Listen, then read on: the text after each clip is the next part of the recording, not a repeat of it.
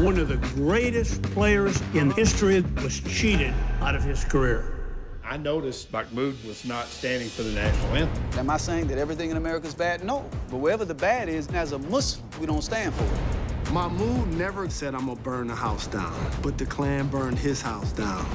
His willingness to take a stand, we should be celebrated for that.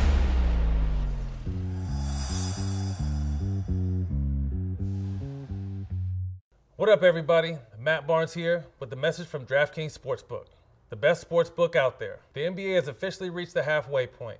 We're teaming up with DraftKings to give all new customers a winning offer. Sign up with DraftKings using promo code SMOKE and bet at least $5 on any basketball game. And once you do that, you'll instantly receive an additional $200 in bonus bets. It's that easy. You heard Matt. Throw down $5 on any basketball game and you instantly get $200 in bonus bets in your account. If mobile sports betting isn't available in your state yet, don't worry. You can still get in on the fun with DraftKings Daily Fantasy. Download the DraftKings Sportsbook app now. New customers use promo code SMOKE. Bet $5 on any basketball game and get $200 in bonus bets instantly.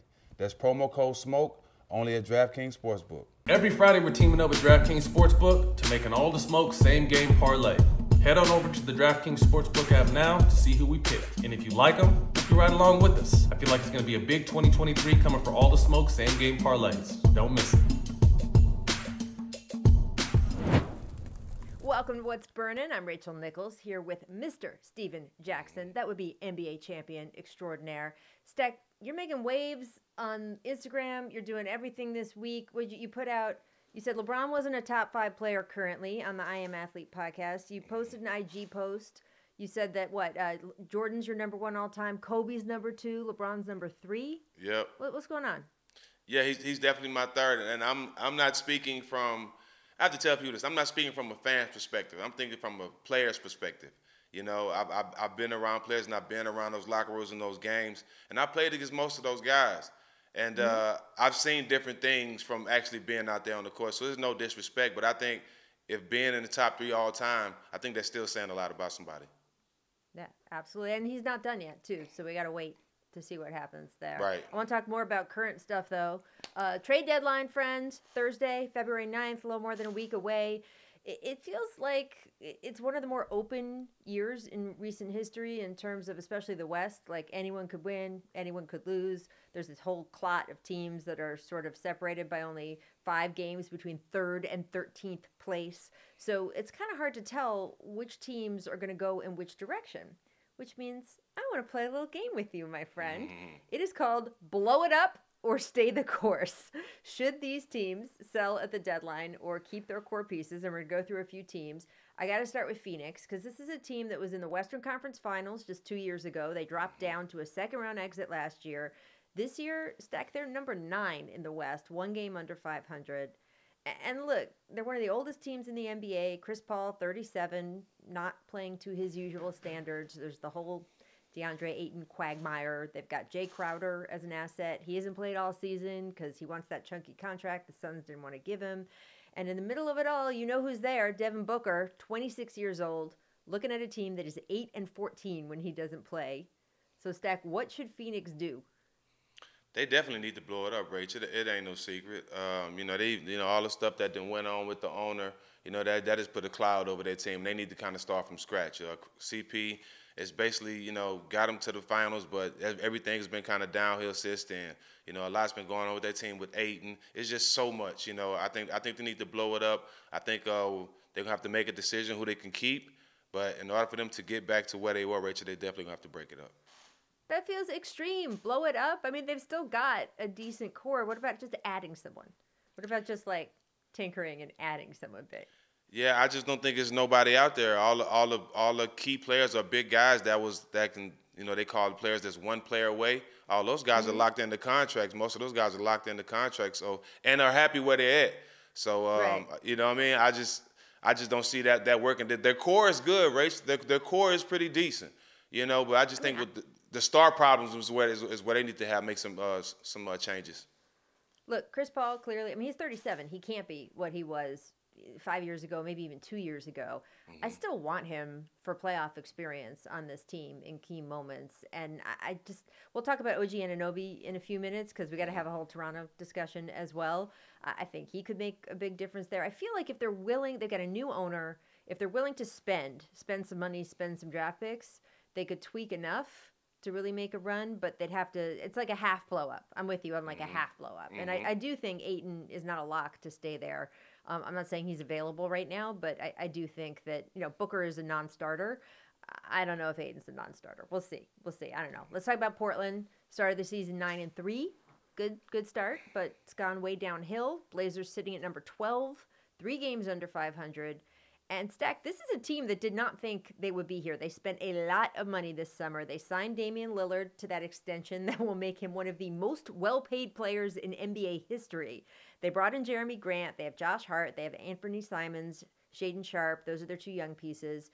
We know what a good coach Chauncey Billups is, so it's clearly not enough with all those pieces. And when it's a rough season in Portland, you know the question it always comes back to, is there a point the Blazers need to trade Dame and his salary and start from scratch? What do you think? I just think the way they got their money set up, Rach, it ain't just Dame. They got a lot of money tied up in a lot of guys over there that can be key trade pieces, you know, and they got some guys over there, Rachel, that can go to other teams and be that one guy, you know. So Portland has, I think Portland out of any team has a lot of pieces to make big trades and to make a better team for Dame and Chauncey, but they just haven't done it. Over the years, they brought certain guys in that they thought was going to make a change for this team, and they just haven't done it. And I think just losing CJ was a big loss for them. CJ's my guy. The combination of him and Dame was just special to see every night, but they couldn't get it done either. So they're going to have to find a way to get Dame, another big-name player in there, Rachel, for some help, because he's been doing this for so long. I don't think Dame is going to leave. I don't think they want Dame to leave. I think it's going to have to be all those other pieces and put their money together. Yeah, that's a great point because they're kind of in this catch-22, right? Dame can't really go to them and publicly ask for a trade after all he has said and done and genuinely feels about his loyalty to the city. They can't trade him away as a franchise. They can't do that to the fans and just be like, yeah, we're getting rid of Dame Lillard. I mean, that's a tough position, too, without him saying he wants to go. They had an interesting situation with Jeremy Grant, Stack, because Dame wanted him. They were tight from the Olympic team. He asked Portland to go out and get Jeremy. They did, but he's got an expiring contract. So they did offer to extend him. Jeremy Grant reportedly rejected the extension. It could just be because he can get a lot more money in the summer, or it could be because he's going to look around in the summer. If you're Portland, do you take that risk and keep him on? Or is that one of the pieces that when you say, hey, they got to make big changes around Dame, that you say, great, if we might lose you for nothing this summer, we got to get rid of you? Well, that name is different, Rach. That's one of those guys I keep. The energy he brings and the way he's been playing the last couple of years, I think he could be one of those guys that really can help any team. He's one of those guys that's that one player away guy. I don't think he's the guy that needs to leave, Rich. I think it could be other guys on that team. And Dame, we got him for a reason because, you know, a lot of guys like his energy and his effort, and he brings it every night. Yeah, no, he's a player's player. There's no question about it. I want to go over the East because we got Chicago sitting at number 10. There's no timetable for when Lonzo Ball is going to come back. Zach LaVine, we know, is locked up for $40+ million per year until 2027. But DeRozan's going to enter free agency, not after this season, but the next one. And Vucevic is a free agent after this season. I got to say, like, I know the big swing they took with those 3 guys as their core, but their ceiling is not a championship ceiling. It is clearly lower. And you've got Alex Caruso, who everyone in the league seems to want. What would you do if you're that front office stack? Well, they got a lot of money tied up in the big man. So, you know, once he becomes a free agent, they can get 2 big pieces, hopefully, put a little package together to get 2 guys in that can come in and get a banger probably and another big man that can score to have 2 guys equal him. But that team is just not put together to be a championship team, like you said, Rachel, when you look at it. Yeah. They got a lot of guys that we like as basketball fans and watching the game, but just the combination of Lonzo being hurt, DeRozan, you know, having his nights, Zach LaVine being in and out, you know, Caruso being fan favorite, and he's not even the star of the team. It's like it's a lot of things that's going on over there that don't equal winning, and that's why you see that the things going on the way they are. I mean, if you're a Laker fan watching Alex Caruso and also hearing that the front office could get, I mean, there are reports out there the Bulls are asking for as much as 2 first-round picks for him, and the Lakers could still have that. That's painful enough. But there's talk about the Lakers wanting Vucevic.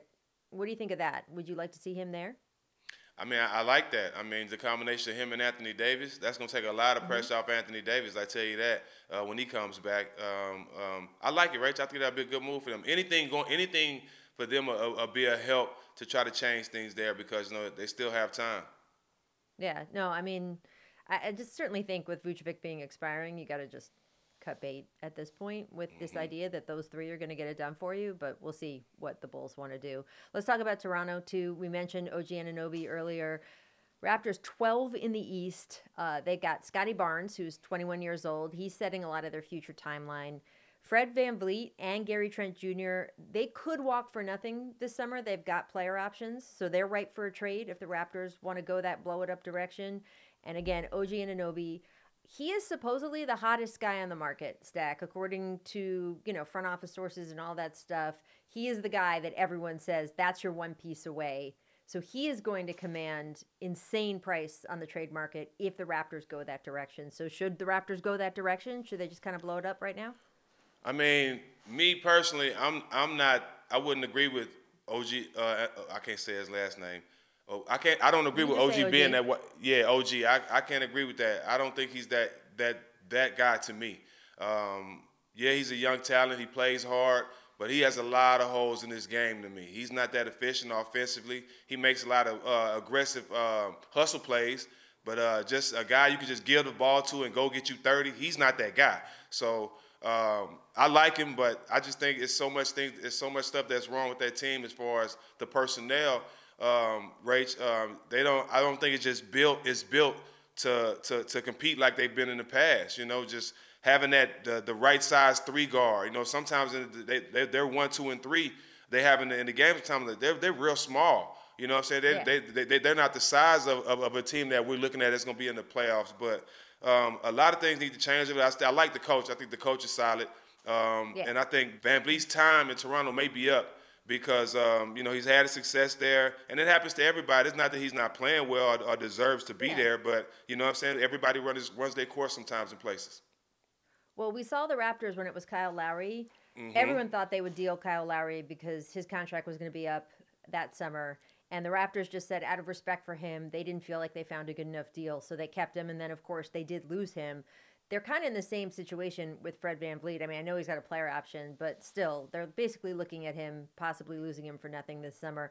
I got to think that they will make a different decision this time. I mean, Fred VanVleet, while he's done great things for that franchise, does not have the Kyle Lowry status in Toronto in terms of that respect factor. And I don't know, the Clippers, I think, are huge contenders to get him because the idea of finally giving them a real starting point guard and pairing him with Kawhi Leonard again is very appealing in LA. So I can see that trade happening. And we'll see with OG Anunoby. I know Dallas is, interested in what happens there. There's a couple teams that think if they put him next to their superstar, Dallas better not do that to Luka, Rach. Don't do that to Luka. Don't do that to Luka, Dallas. Come on, Dallas. No on that. Nah, don't do that. Well, we will see. It's going to be an interesting week, Stack, and we'll be back next week just a couple days before the deadline. So we will talk more about this. But I got to talk a little bit about the games. I know you saw that Lakers-Celtics game over the weekend, how the refs missed that foul on LeBron. Would have sent him the line for the win. We all know that was a fuck-up, but I want to ask you about the aftermath, right? The Lakers are pointing to 4 games now where they say they should have won but didn't due to officiating mistakes. That obviously would shift them a lot in the standings. LeBron has been tweeting for days now. He doesn't understand why he's targeted, and the Twitter account for the NBA Refs Union published this. They're saying the missed call was, quote, gut-wrenching for us. They said, quote, this play will weigh heavily and cause sleepless nights as we strive to be the best referees we can be. Wow. What do you got? Boy, it feels good to be LeBron, I bet, man. Rach, I got to say, Rach, if we had social media when we played, nobody's been fouled in the history of the NBA to me than Ron Artest. Nobody. Because he was bigger than everybody that guarded him every night, Rach. Nobody got fouled. And he would have been, if he could have done that, or I would have put a picture of a referee and him getting fouled, he would have got fined so crazy. This is just unbelievable Because it happens, Rachel. It happens all the time. It's happened to me. It's happened to a lot of players. I mean, a lot of stars, especially guys that have the ball at the end of games. It happens. But the fact that he's able to single it out on IG and to keep talking about it and everybody just keep posting it. Pat Beverly got fined. I don't know if Bron going to get fined. That's what I say. It feels good to be Bron to be able to talk about the refs like that. I do not think LeBron is going to get fined. And I mean, it's funny, right? I mean, Shaq used to always say the same thing as LeBron, right? I don't get the calls. And they're both right. I mean, they don't get every foul called on them. Do you think they should, or do you think the way players have to defend them, it just is what it is? What do you take? Because you played against both those guys. Man, I'm going to just say this. Giannis gets fouled so many times and so many fouls. It just happens, right? And the referees been bad. There's nothing new. They always bad.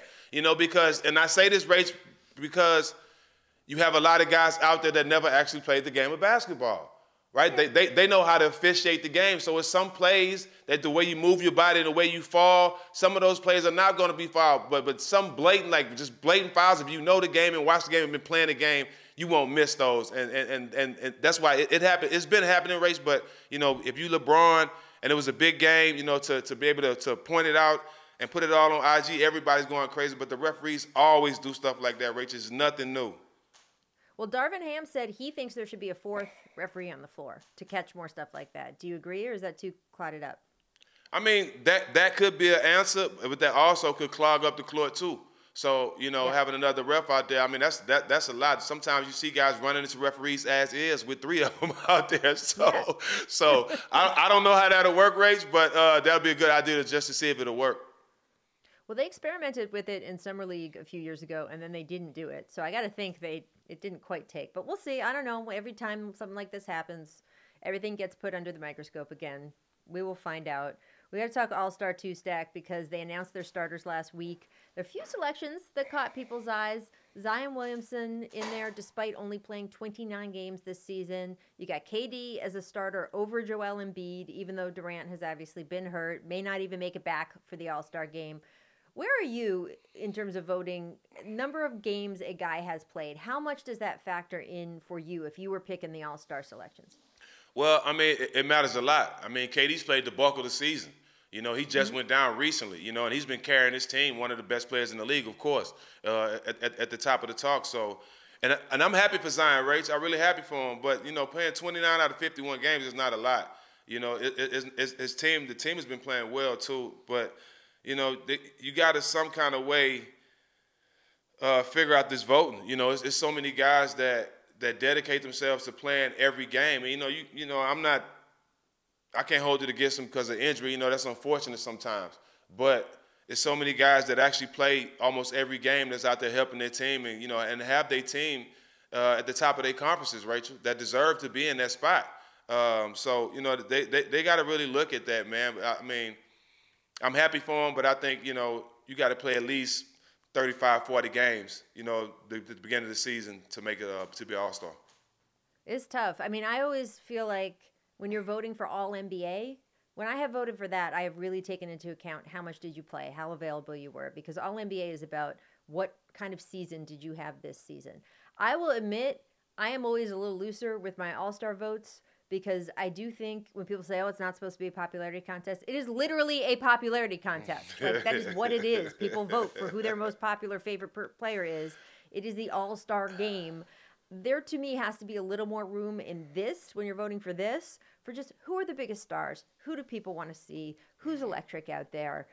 I do look at those votes differently. It is tough when you've got guys who played, less than, or, right around half the games, and other guys who've played all the games and have put up really good numbers too. But I do get why not only did the media and the fans vote for Zion, the fellow players actually put him, I think, in third spot. They really voted high for him. And that to me is also interesting too. They published the NBA who the players voted for. The players account for 25% of the votes. And you can kind of see who they respect and who they don't. Nikola Jokic, for example, got more votes from the players than LeBron for the West front court spots. That hasn't happened before. That kind of speaks to this growing, respect among the players for Jokic and just people being like, he's crazy. He's crazy good. And then it went the other way with Trae Young stack. Listen to this. The other players ranked Trae Young as the 12th best guard in the East. They put LaMelo Ball, Tyrese Halliburton, and a bunch of other guys ahead of him. Trae's averaging 28 a game. What do you make for the fact that other players put him as the 12th best guard in the East? Yeah, they got to get out their feelings, Rach. They got to get out their feelings. There's no way he's the 12th best point guard in the East. There's no way. He's one of those guys that, he want to compete every night. He don't care who you is. He gonna talk his noise, and he has a certain swag about himself. He's a small guy. Some of the shots he takes and how he finishes in the paint is amazing to be his size. So he has a chip on his shoulder, Rach, and I don't blame him. But that says a lot too, though, Rach. Even though he's 12, that says a lot too. That says a lot too. That says a lot. That's respect in a different way. In what way? What do you mean? Well, y'all putting me at the bottom because y'all probably hating on me because I talk so much trash and I'm cocky, but I'm averaging 2 and 8, and I guarantee you every time we step on that court, everything that you say I don't do, I do, and I put points on you. I get 28 points on everybody out here. So you might not like it, but you gotta respect it. Who was that guy when you were playing who just players around the league did not like, even though they had to respect his game? Ron Artest. I'm gonna stick with him. Yeah, I always felt like Ron was good with other players, though. Did other players not respect Ron? I always felt like people were down with him. They respected him, Rach. They respected him, but on the court, he didn't respect nobody. Right. You know what I'm saying? It was the way he played looked so disrespectful, Rach. I've never seen nobody play basketball like that in my life. I just think it's very interesting to see who they like, who they don't. And also, by the way, the players not taking this that seriously. Chet Holmgren got 4 votes from the players. He has yet to play a single game. I don't know. I mean, that's there's a lot of talk about should the players have more of a percentage of the votes. But come on, guys. A lot of emotional guys, Rach. They don't need to have votes. On the Radar, presented by DraftKings Sportsbook. Let's talk about the Pacific Division. Interesting right now, Stack. The Kings, the Warriors, the Clippers, the Suns, Lakers, all within 5 games of each other. So you can look here at the odds. But if you just look at those 5 teams, who do you think finishes with the best record out of this pack? I will have to go the Warriors. I just think I just feel like as they get healthy, with the experience they have, you know what I mean? I think they can find a way to ramp it up and go on the run by the end of the season. They better fix that road record. Of course, that's the main problem. But, in order to be a championship team, you have to win on the road. And they've been able to figure it out some years. But I think right now they just need to worry about finishing the season on a good note. And I think, everything else will click like it has in the past. They also have, that 16-game player kind of thing. Those guys have been doing this for so long. They know when to turn it up. So I'm not worried about them in the playoffs. I wonder how they're going to finish the regular season. I do think you got to watch out for the Clippers because I do think they're going to make a move at the deadline. So that could impact how they finish, but we shall see. We'll find out. Legendary Moments presented by Top Shot and Stack. Of course, we're talking legendary moments with you. We got to talk about We Believe Warriors. So many memorable moments from that team. What do you choose on the court, most memorable We Believe Warriors moment? Well, I got 2 quick ones, Rachel. I was able to hit 7 threes in that deciding game.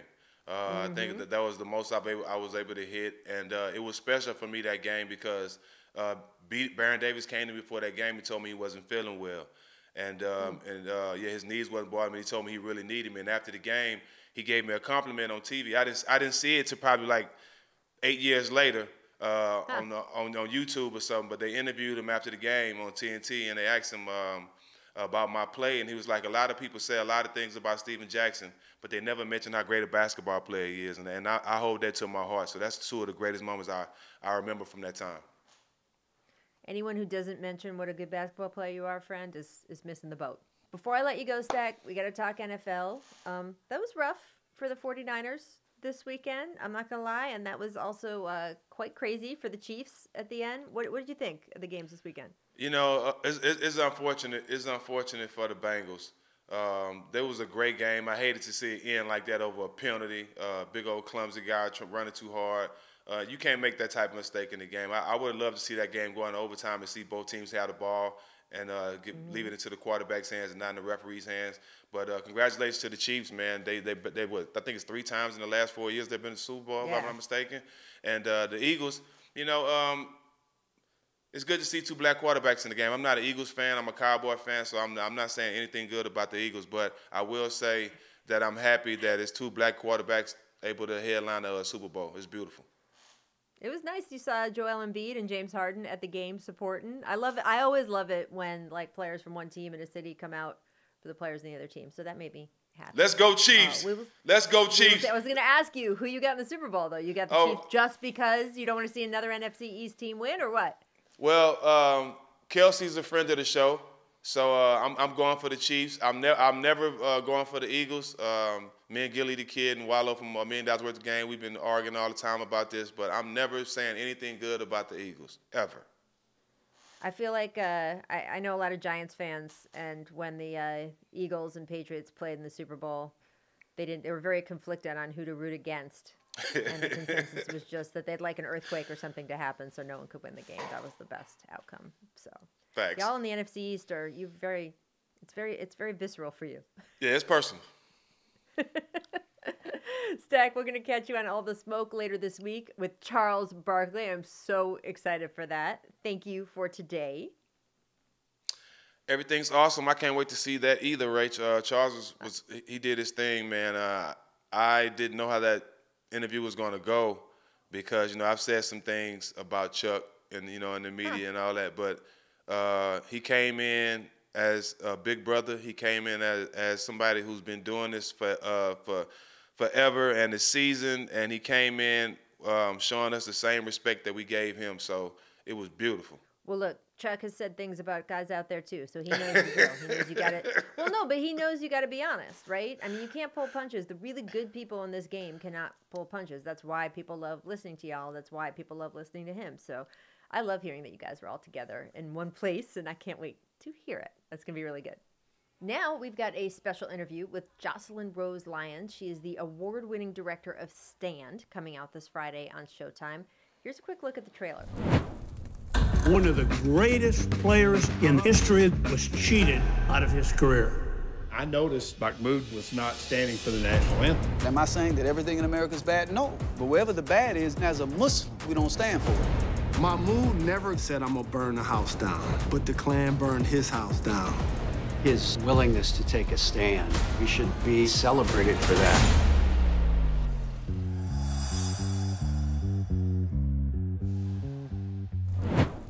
All right, you guys just saw the trailer for Stand, the story of Mahmoud Abdul-Rauf, and this premieres on Friday on Showtime. We are very lucky to have the director of the film, Joslyn Rose Lyons, with us today. Welcome. Thank you, Rachel. So great to be here. Thank you for having me. I don't think everyone knows what Stand is the story of, so can you just tell the audience what they can expect and what sort of the log line for this film is? Yes, Stand is a story of, well, I use basketball as the vehicle to tell Mahmoud Abdul-Rauf's story, which is a very dynamic, layered story. There are mental health issues, activism. It's a very layered story about his journey to find his paternal family, his kind of inner journey with Tourette syndrome, and of course, his journey with the NBA and the media bias he experienced with his protest in 1996. Some people don't even know what he did or what he was protesting or who he is. So can you explain for people who may not have known that pocket of history what his story with the NBA is? Yes, I mean, it's a great question, Rachel, because part of why so many people don't know about Mahmoud Abdul-Rauf's story 27, almost 30 years later, is because social media didn't exist when he took a stand. And when he made prayer during the national anthem in 1996, he had just converted to Islam, and he made a prayer, salat, or his dua, made prayer, the Islamic prayer, and he was really silenced. So he only had one outlet, which was through the media and the televisions. There was no social media for him to explain what was behind that stand and that protest. Well, look, I think a lot of people watching this may hear that and they go, oh, okay, well, that's a sports documentary. I did love the fact that you just said it was a vehicle to tell the story. This is a very emotion-packed roller coaster ride of a story. I don't think you have to be a sports fan to watch this. I mean, it's great if you are, but I wouldn't think that you'd have to be, right?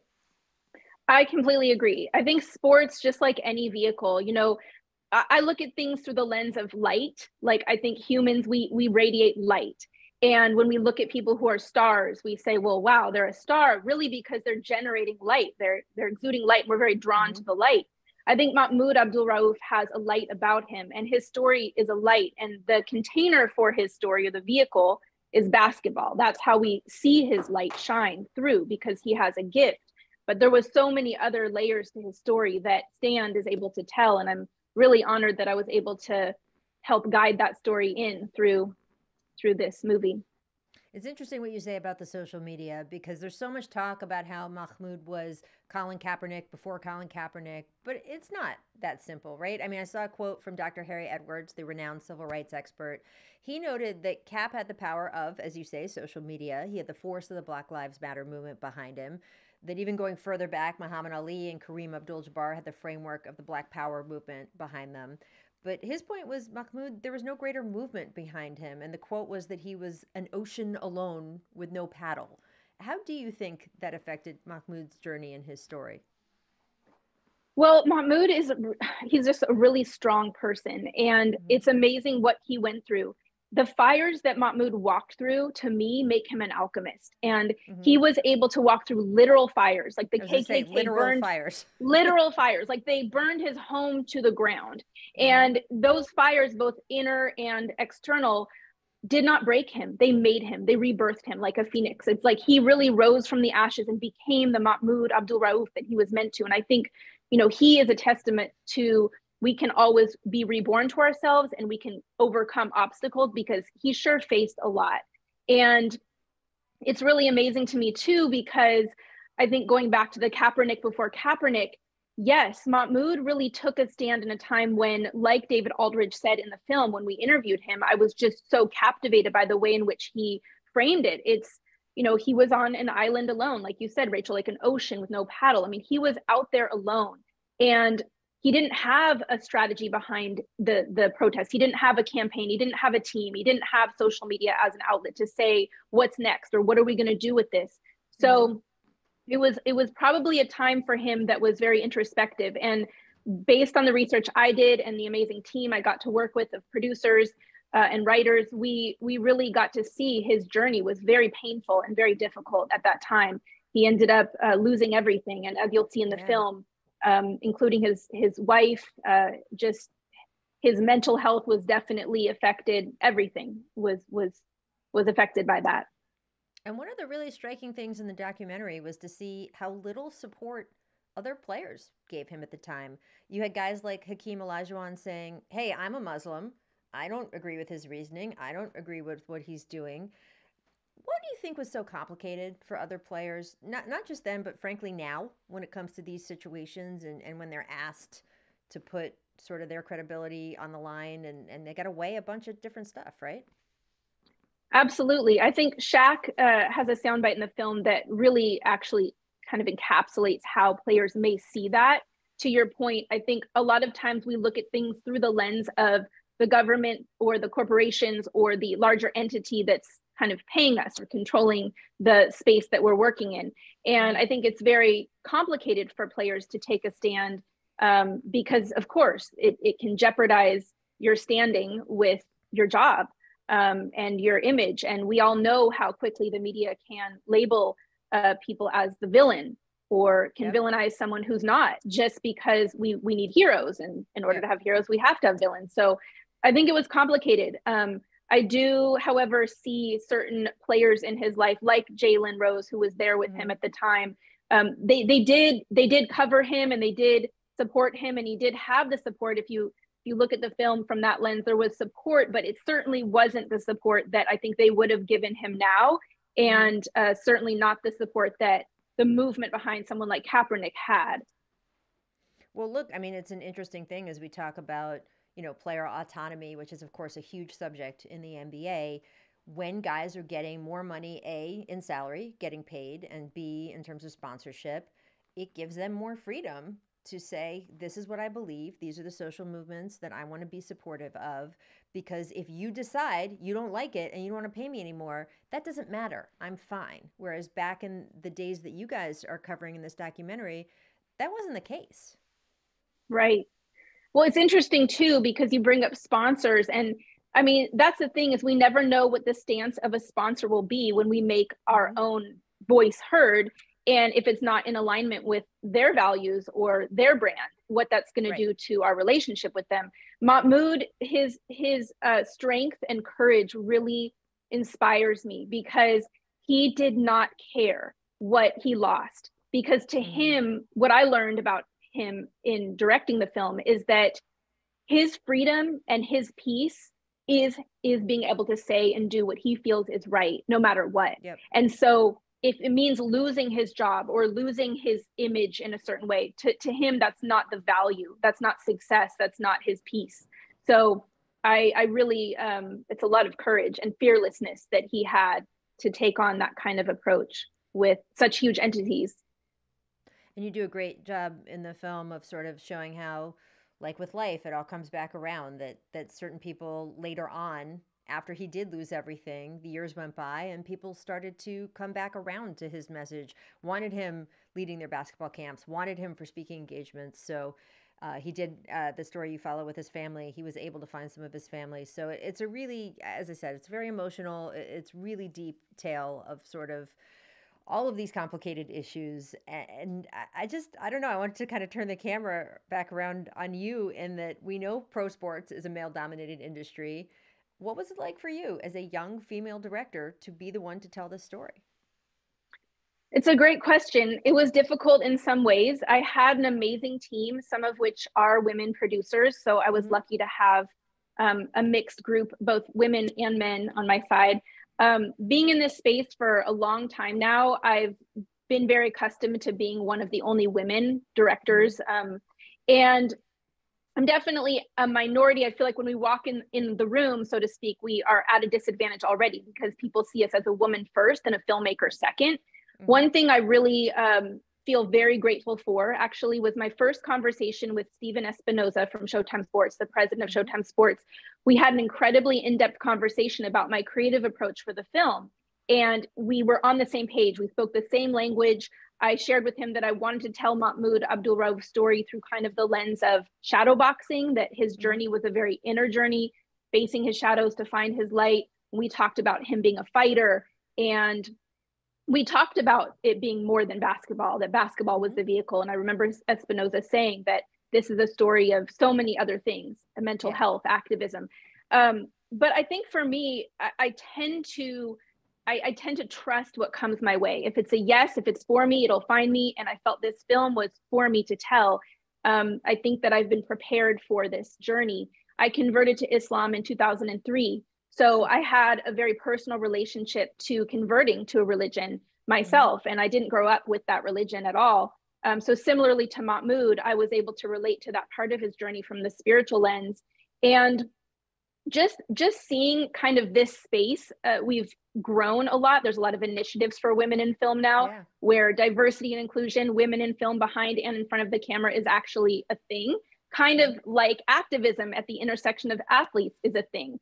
So these things weren't big back when Mahmoud took his stand. Now they're actually trendy. It's acceptable. In fact, it's applauded. We want more women in film. We want to see people take a stand for what they believe in. So I feel super grateful to be able to direct a film like this at a time like now. I mean, look, obviously when you say things that are meant to come your way do, this was obviously meant for you. This film, it's an incredible achievement. I found it, as I said, just riveting.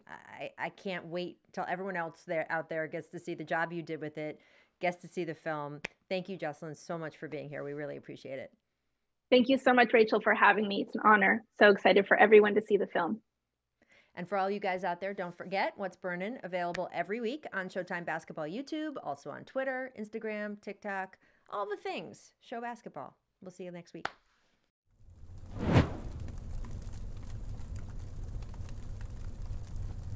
Aren't you tired of the same old boring lives? Let's go to the Super Bowl. I'm in. On February 3rd. I'm taking this one. He's cute. Best friends. So you don't have any tickets? Let's make a run. Hey, let's go, Golden Girl. Get into the best trouble. Oh, thank you. These are good. Careful, they're high dosage. You here for the poker game? I'm Guy Fieri. If you did this to give us something to remember, it worked. 80 for Brady. Only in theaters February 3rd. Rated PG-13.